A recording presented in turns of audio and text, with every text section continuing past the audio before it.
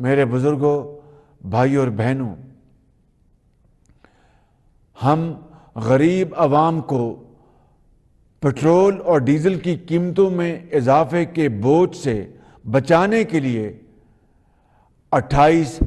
ارب روپے ماہانے سے نئے ریلیف پیکج کا آغاز کر رہے ہیں، جس کے تحت فوری طور پر پاکستان کے 1,40,00,000 غریب ترین گھرانوں کو 2,000 روپے دیے جا رہے ہیں۔ یہ گھرانے 8.5 کروڑ افراد پر مشتمل ہیں،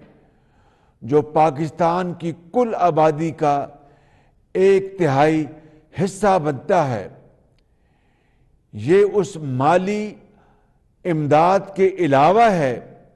جو بے نظیر انکم سپورٹ پروگرام کے تحت انہیں پہلے ہی دی جا رہی ہے،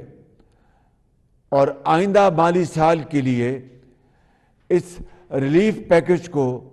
بجٹ میں شامل کیا جائے گا انشاءاللہ۔